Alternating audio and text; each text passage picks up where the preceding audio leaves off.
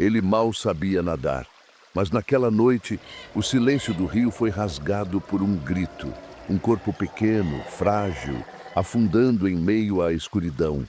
Na margem, o pai, imóvel, mãos nos bolsos, como se assistir o próprio filho fosse algo comum.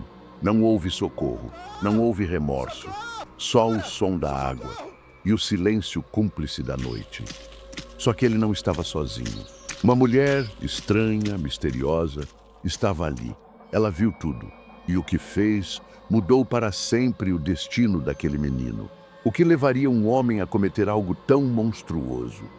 E quem era essa mulher que surgiu do nada e desafiou o destino? Essa não é uma história qualquer. É um relato real.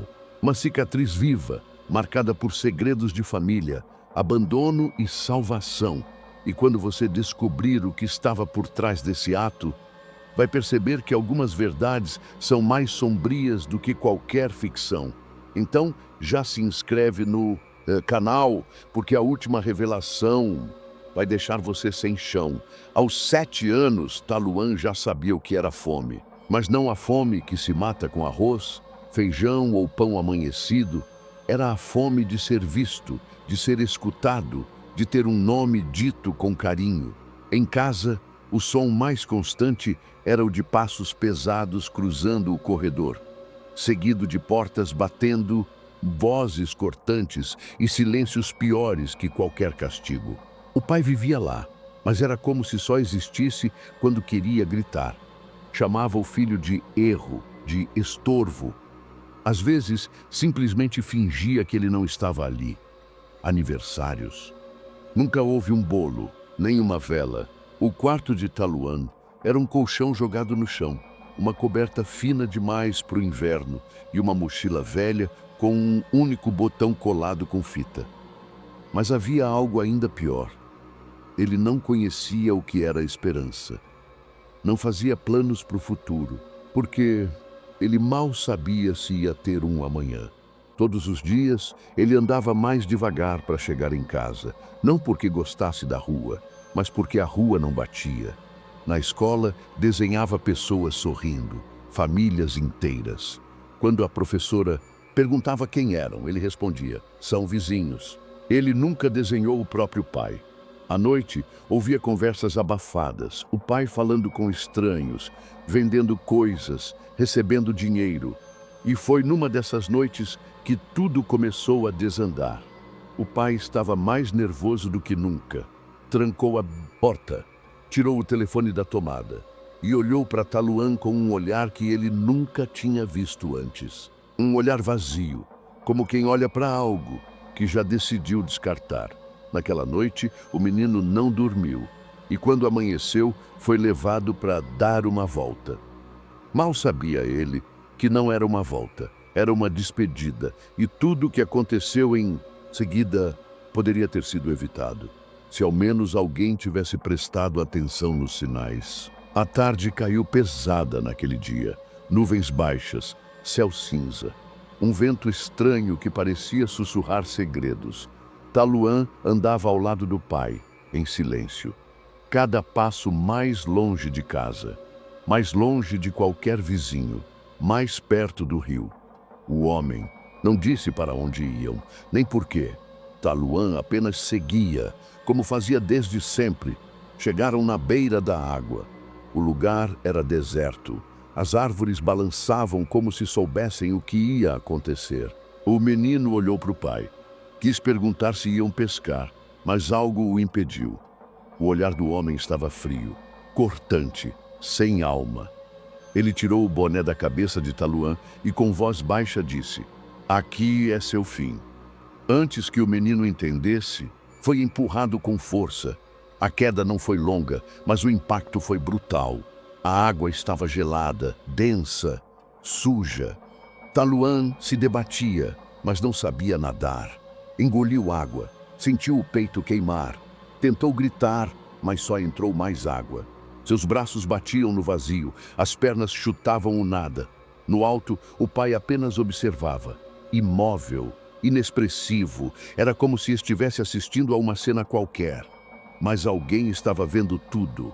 a metros dali, entre galhos e folhas.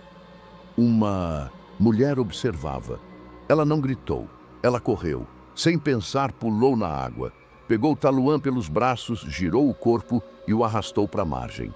Tossindo, engasgando, ele olhou para ela pela primeira vez. Cabelos desgrenhados, olhos intensos, um colar com uma cruz quebrada e um rosto que ele nunca tinha visto, mas que nunca esqueceria. Ela o olhou e disse firme: "Você não vai morrer hoje."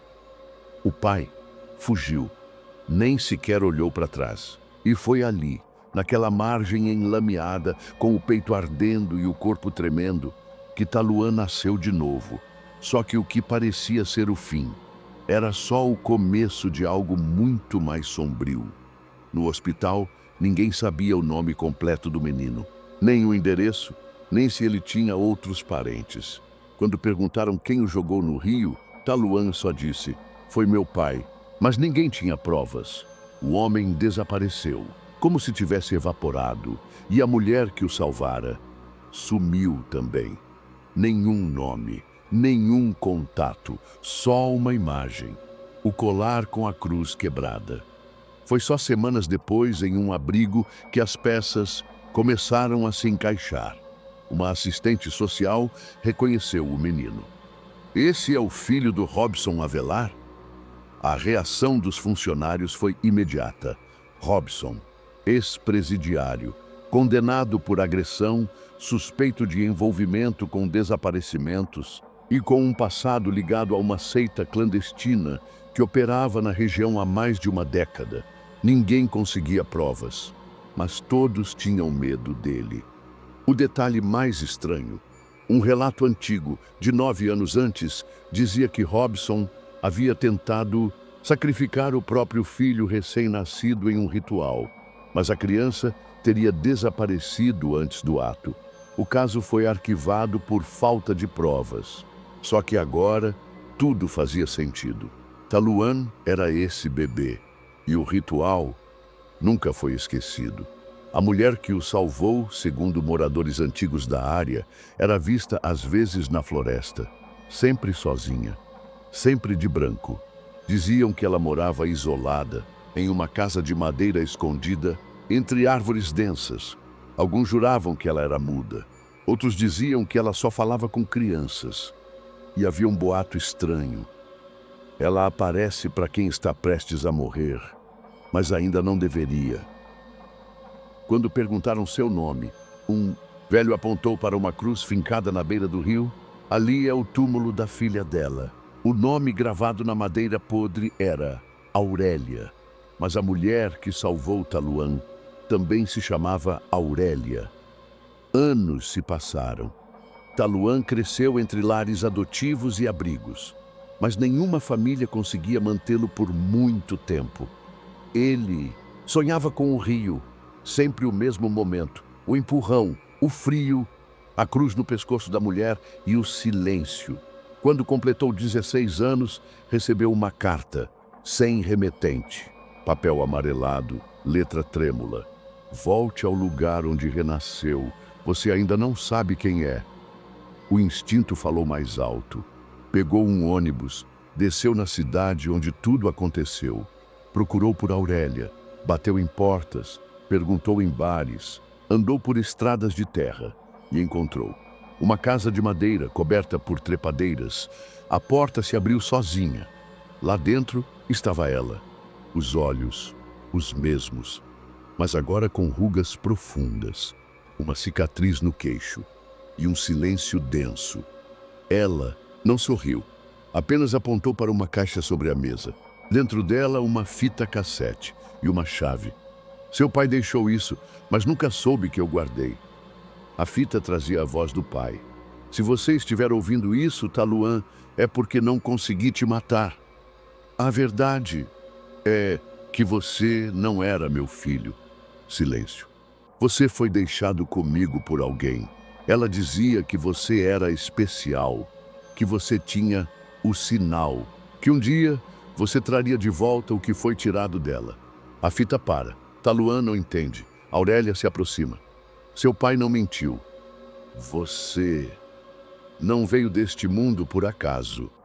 Ela mostra um velho livro. Em sua capa, símbolos, queimados.